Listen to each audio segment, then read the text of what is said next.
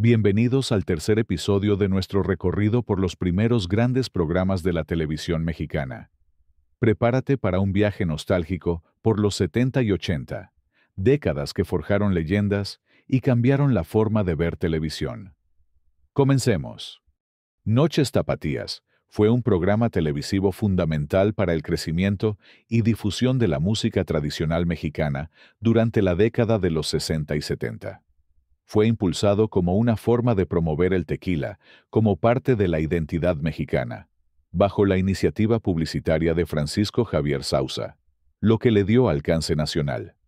El programa contó con varios conductores destacados, entre ellos grandes voces rancheras como Lola Beltrán, Lucha Villa, La Prieta Linda y María de Lourdes. Estas figuras no solo presentaban el programa, sino que también interpretaban canciones emblemáticas junto con agrupaciones consagradas, como el Mariachi Vargas de Tecalitlán, en un formato que combinaba música en vivo y una atmósfera de gala. A inicios de la década de 1960, el programa Chucherías se convirtió en uno de los referentes de la comedia televisiva gracias a su estilo irreverente, ágil y con un trasfondo de crítica social, encabezado por dos grandes maestros del humor, Héctor Lechuga y Chucho Salinas, quienes imprimieron su sello personal con personajes llenos de picardía e ingenio. A ellos se sumaban jóvenes talentos que más tarde tendrían carreras brillantes, como Leonorilda Ochoa, Héctor Suárez, Alejandro Suárez y Jorge Labardini. Chucherías se transmitía en un formato de sketches breves, con escenas que a veces parecían simples ocurrencias, pero que en realidad estaban cargadas de una crítica mordaz. El impacto de Chucherías fue tal que en 1966 se lanzó una historieta inspirada en el programa, publicada por Editorial Bichette. Esta serie de cómics, con alrededor de 15 números, retomaba el mismo estilo de entrevistas ficticias y humor ácido que caracterizaba al show televisivo, lo que permitió que el fenómeno trascendiera la pantalla y llegara también a los kioscos, manteniendo vivo el espíritu del programa en un formato distinto. Chucherías no solo sirvió como plataforma para el lucimiento de grandes comediantes, sino que abrió camino a un estilo de humor que más tarde tendría continuidad en otros espacios televisivos de sátira política. A finales de los años 60, surgió Operación Jaja, una producción de Televisa que se convirtió en uno de los principales referentes de la comedia. Su nombre, tan peculiar, anunciaba de inmediato su propósito: ofrecer una operación de risa garantizada, un desfile constante de sketches, rutinas cómicas y parodias que hacían estallar de carcajadas a las familias mexicanas. El programa estaba encabezado por Manuel "El Loco" Valdés, uno de los comediantes más carismáticos de la época, quien con su humor espontáneo y su estilo irreverente se ganó el cariño del público. A su lado, aparecían otros talentos que se volvieron fundamentales para el formato, como Héctor Lechuga, Alejandro Suárez, Chabelo, Sergio Corona y Pompín Iglesias, entre muchos más. La dinámica consistía en reunir a este elenco de lujo en una serie de situaciones disparatadas que podían ir desde una oficina burocrática hasta un salón de clases, pasando por parodias de programas televisivos, políticos, personajes de moda o de la vida cotidiana. Durante su transmisión, se convirtió en un fenómeno televisivo, logrando altos niveles de audiencia en el Canal 2 de Televisa. El impacto cultural del programa fue tal que aún después de su salida del aire, continuó siendo recordado en especiales y en la memoria de quienes vivieron esa época. Anatomías fue un programa conducido por Jorge Saldaña, periodista veracruzano de espíritu crítico, voz firme y mirada inquisitiva, que convirtió a este espacio en un auténtico laboratorio de ideas y debate. El programa se transmitía por Canal 13 y más tarde por Canal 11, en una época en la que la televisión buscaba aún su identidad. La propuesta de Saldaña resultaba innovadora. Cada emisión anatomizaba un tema de interés social, cultural o político. Es decir, lo desmenuzaba pieza por pieza frente a las cámaras, con la participación de especialistas, artistas, intelectuales, y a veces, ciudadanos comunes que aportaban su experiencia. El título no era casual. Saldaña quería que el espectador comprendiera el origen y las implicaciones de asuntos que muchas veces la televisión tradicional dejaba de lado. Así, podían discutirse temas tan diversos como el sistema educativo, la música popular, la poesía, la política nacional, el teatro, los movimientos sociales o la vida cultural de México. Todo ello se hacía con un tono serio, profundo, pero a la vez accesible para que la audiencia sintiera que estaba participando en una clase abierta y dinámica. La Carabina de Ambrosio fue uno de los grandes estandartes de la televisión mexicana. Un show cómico mágico musical producido por Humberto Navarro y transmitido entre 1978 y 1987. Su casa fue Televisa Chapultepec, y su espíritu quedaba claro desde el lema del programa: variedad con humor, magia y música, todo mezclado en ritmo vertiginoso. La estructura era simple y muy efectiva. Un maestro de ceremonias iniciaba un número musical, y de pronto, un integrante del elenco interrumpía para detonar un sketch. Así, el programa encadenaba rutinas y parodias con números de magia y canciones. Por su pasarela de conductores desfilaron César Costa, Gualberto Castro, Fito Girón y Manolo Muñoz. Uno de los sellos más recordados fue la apertura y las cortinillas con la vedette brasileña Gina Montes, quien bailaba en leotardo y botas negras, algo atrevido para la época, al ritmo del tema Quartz. Su imagen y el guiño humorístico de su The Nankiw quedaron como emblemas visuales y sonoros del show. De hecho, la prensa ha documentado esa pieza musical como la cortina característica. El programa también dio vida a personajes entrañables como la pájara Peggy. La interpretó el propio Humberto Navarro y más tarde Moisés Suárez. El mercado de lágrimas parodiaba los melodramas, con presentadores como Jorge Alberto Riancho y, en etapas posteriores, Paco Stanley. El mago residente fue Beto el Boticario, figura central de la faceta mágica, cuya salida en 1986 marcó el final de una era. Asimismo, desfilaron segmentos como La Escuelita, Gulp y Los Panditas, que rotaban según el anfitrión en turno. Por su elenco y su elasticidad de formato, la Carabina funcionó como semillero y escaparate. Chabelo alternaba sketches como Guillo el Monaguillo o Pujitos. Alejandro Suárez iba de El Simpatías a Vulgarcito. Luis de Alba aportó El Pirurris, Maclovio y Peritos. Lucila Mariscal hizo propia a Doña Lencha, mientras que Jorge Arbizu sumó El Tata y otros tipos de su vasto repertorio. En los créditos de cada temporada es posible rastrear cómo cambiaban anfitriones y personajes, manteniendo vivo el ADN de variedad. La Carabina de Ambrosio terminó en 1987 principalmente por el desgaste natural de su formato, la salida de figuras clave como Beto el Boticario, los constantes cambios de conductores y la búsqueda del público de propuestas más modernas. Además, Humberto Navarro, su creador, se enfocó en otros proyectos, lo que provocó que el programa perdiera fuerza e identidad hasta que Televisa decidió concluirlo tras casi una década en pantalla. Chiquilladas fue un programa de televisión mexicano creado especialmente para el público infantil, en el que se presentaban números musicales, parodias y sketches de telenovelas, programas y personalidades reconocidas de aquella época. El proyecto original surgió como un conjunto de pequeñas cápsulas cómicas realizadas por niños dentro de los programas de variedades, Alegrías de Mediodía y Sábados Efectivos. En esos espacios comenzaron a brillar Carlos Espejel, Ginny Hoffman, Raúl Ortiz conocido como Chuchito, Uzi Velasco, junto con su hermano César Velasco, Claudia Ivette Castañeda, Lucero, Alejandro Escajadillo, que más tarde se haría famoso como Alex Sintek, Rodolfo Mercado, recordado como el Mago Rodi, y su hermano, Rodrigo Mercado, además de las hermanas Norma Pérez y Rosaura Pérez, conocidas como Pituca y Petaca.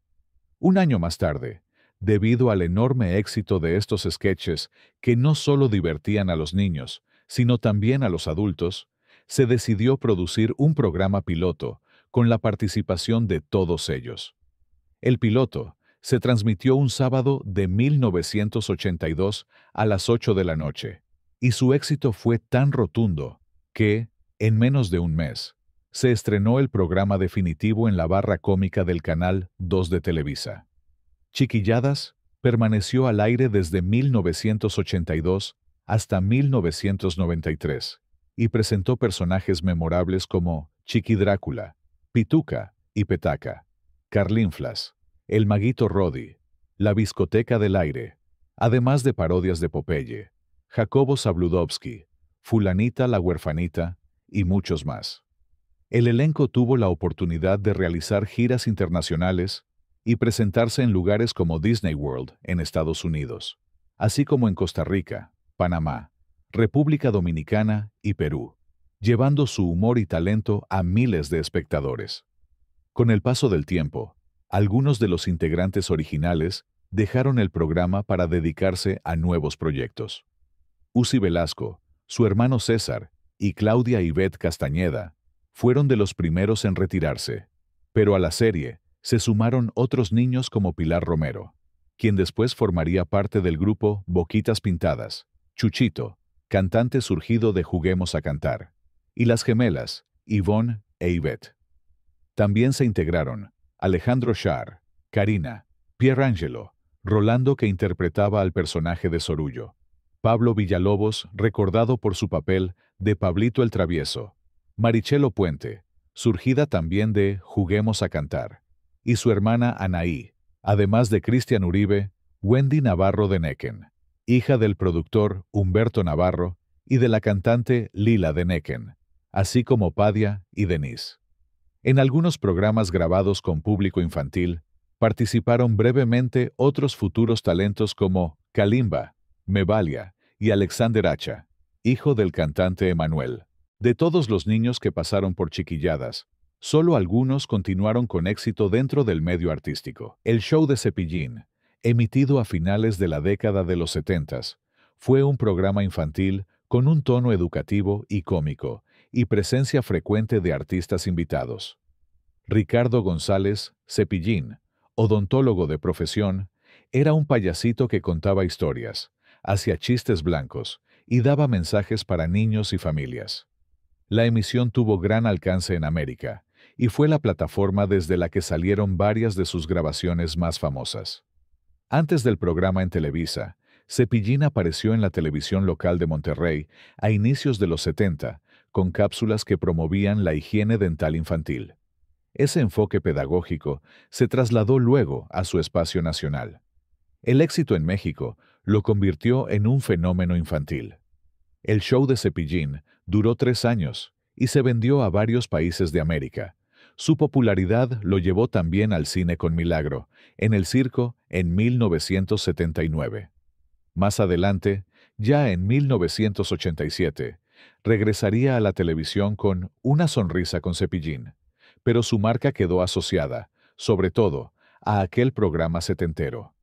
El origen de Siempre en Domingo está íntimamente ligado a la visión empresarial de Emilio Azcárraga Milmo, quien a finales de los años 60 buscaba consolidar la programación dominical de Telesistema Mexicano. El domingo era un día estratégico. Las familias solían permanecer en casa, y el televisor se convertía en el centro de reunión. Azcárraga quería un espacio que reuniera música, comedia y entretenimiento en vivo, al estilo de los grandes shows estadounidenses, pero con identidad mexicana y proyección para toda Hispanoamérica. Fue entonces cuando invitó a Raúl Velasco, periodista y conductor que ya había trabajado en noticieros y coberturas especiales, a diseñar y encabezar un nuevo programa dominical. El primer episodio de Siempre en Domingo se transmitió el 14 de diciembre de 1969, a través del Canal 4 de Telesistema Mexicano. Desde un principio se planteó como un programa de variedades musicales en vivo, con una estructura ágil que permitiera tanto presentar a artistas consagrados como abrir espacio a jóvenes promesas. Velasco, que tenía un estilo serio y en ocasiones severo, contrastaba con la alegría del formato, pero rápidamente encontró la fórmula para convertirse en el maestro de ceremonias de lo que se volvió el escaparate musical más influyente de habla hispana. Los primeros programas contaron con la participación de artistas que ya gozaban de gran popularidad, como la India María, quien aportaba la chispa cómica con su personaje de humor blanco y costumbrista, y el profesor Sobek, el hombre de la fuerza prodigiosa, que ya había fascinado al público en Domingos Espectaculares, el antecedente inmediato de Siempre en domingo transmitido en Canal 8. Esa mezcla de música, humor y números espectaculares daba al público la sensación de estar frente a una revista dominical completa, capaz de entretener a todos los miembros de la familia. El éxito fue tan grande que apenas 5 semanas después de su estreno, el programa pasó al Canal 2, la señal estelar de Telesistema y más tarde de Televisa. Ese cambio marcó el inicio de la verdadera época dorada de Siempre en Domingo. Desde ahí, el programa comenzó a crecer hasta convertirse en un referente continental, pues Televisa supo distribuirlo a varios países de América Latina y, con el tiempo, incluso a comunidades hispanas en Estados Unidos y partes de Europa. Lo que distinguió al programa desde su inicio fue el concepto de presentaciones de la suerte, donde nuevos talentos podían debutar ante millones de televidentes. Raúl Velasco tenía la última palabra sobre quién se presentaba y cómo, y aunque muchos artistas lo consideraban un hombre estricto, no cabe duda de que gracias a este espacio, decenas de cantantes, grupos y comediantes encontraron la plataforma que los catapultó a la fama.